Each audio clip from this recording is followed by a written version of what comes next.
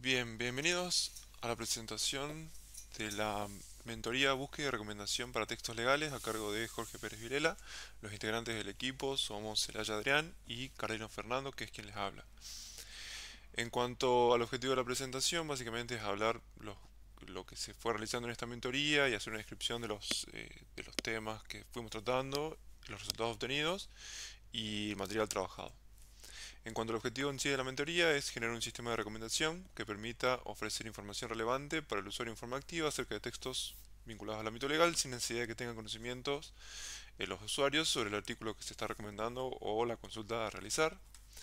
En cuanto a al dataset utilizado, básicamente trabajamos con documentos de textos, es decir, datos no estructurados, en particular fallos y sentencias provenientes del Poder Judicial de la provincia de Córdoba, que se encontraban almacenados en formato Word o PDF, que luego a través de algunas librerías, que mi compañero va a mencionar más adelante, fueron transformados a archivos de texto plano para poder ser procesados y analizados. En cuanto a la visualización de los datos crudos, es decir, sin y previo a todo procesamiento, si uno realiza un análisis de la frecuencia de palabras, tomando en cuenta todos los documentos sin distinguir por el fuero en el que se pueden estar divididos o agrupados, lo que se nota es una prevalencia en las palabras denominadas stop words, que son aquellas palabras que no aportan un sentido o no permiten deducir sobre qué está hablando el texto, sino que hacen a la coherencia o cohesión del mismo. Entre ellos, palabras como de, la, que, el, etcétera, que como se observa en el gráfico, son los que tienen mayor frecuencia dentro de todo el universo de textos analizados. Además, otro punto interesante que pudimos entender y observar a lo largo de estos trabajos que durante la mentoría fue la denominada ley de Zipf, que es una ley que plantea que hay una relación inversamente proporcional entre la frecuencia de una palabra y su rango. Es decir, menor ser el rango de la palabra, mayor su frecuencia, mayor el rango de la palabra, menor su frecuencia. Y aquellas palabras, como se observa en los gráficos en pantalla, las palabras que tienen mayor frecuencia y tienen menor rango son justamente estas denominadas stop words. Incluso si uno agrupa por fuero los documentos y por ejemplo toma el fuero de familia, se observa que la tendencia a mayor cantidad de frecuencias por palabras se concentra en las también denominadas stop words. Es algo que se puede ver tanto en el gráfico como en la nube de palabras. Lo mismo si tomásemos los fueros que son vinculados al ámbito penal. Nuevamente, las palabras con mayor frecuencia siguen siendo las denominadas stop words. A su vez, si uno hace el trabajo de tomar unidades de palabras y constituidas, son los denominados n-gramas, es decir, unidades constituidas por n cantidad de palabras, como por ejemplo los bigramas que están integradas por dos palabras, nuevamente se observa en el gráfico que los bigramas más repetidos son aquellos integrados por la unidad de dos stop words, de la a la en el, por ejemplo.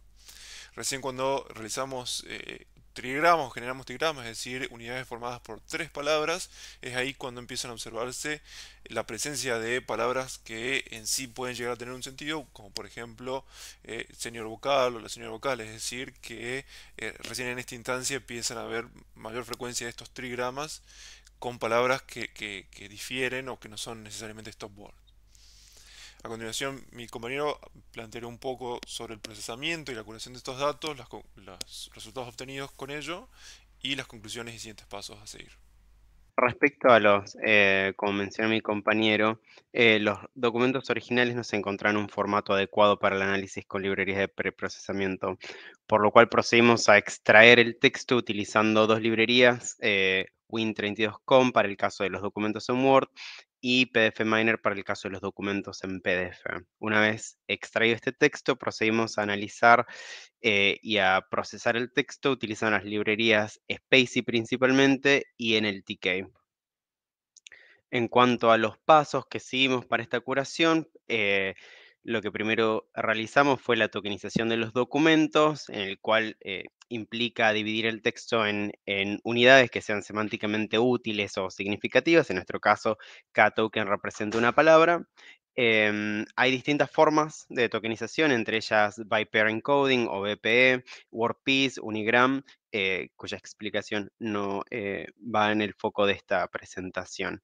Una vez tokenizado el documento, Space organiza estos tokens en objetos con propiedades que podemos aprovechar para el filtrado y la selección, entre ellas isalpha para filtrar los tokens que no contengan caracteres especiales o números, o stop, que es para filtrar tokens que no sean stop words. Space cuenta con un buen diccionario de stop words en español.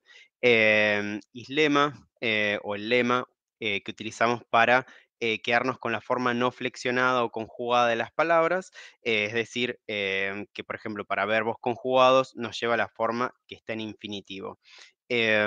Adicionalmente pasamos las palabras a minúscula. Em, Luego, como parte de los ejercicios para realizar el trabajo práctico, realizamos una comparación en dos técnicas que son stemming y lemmatization. En el caso de stemming, obtenemos la raíz de una palabra que no necesariamente tiene un valor o significancia semántica, y como se puede ver en la tabla, em, la raíz, por ejemplo, en el caso de la palabra bajen, podría ser baj, que no tiene significado. En el caso del lema sería bajar. Bajen es la forma conjugada de bajen. Esto fue a propósitos de demostrativos. Nosotros utilizamos lematización para nuestro procesamiento, y en el caso de stemming lo dejamos de lado. Con respecto a los resultados preliminares de este proceso, podemos ver de que las palabras más frecuentes ahora reflejan el contenido de los documentos, a diferencia de cómo estaba inicialmente. Hay palabras que tienen que ver con las sentencias, como decir expediente, artículo, ley, eh, caso, etcétera. Y también notamos de que si bien la tendencia de la ley de Zipf es levemente distinta, sigue manteniendo inversamente proporcional la frecuencia al rango. Y esto se evidencia a nivel de todos los documentos, como así de por fuera.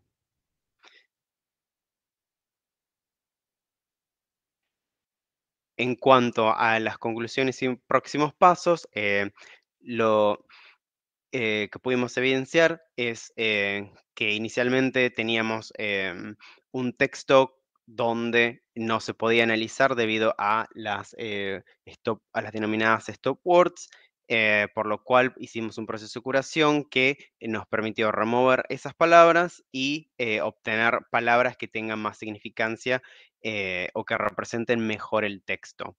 Em, Luego de ese paso, nosotros también pudimos evidenciar que se cumple la ley de Zipf, que es una ley universal que se cumple en todos los lenguajes y nichos lingüísticos.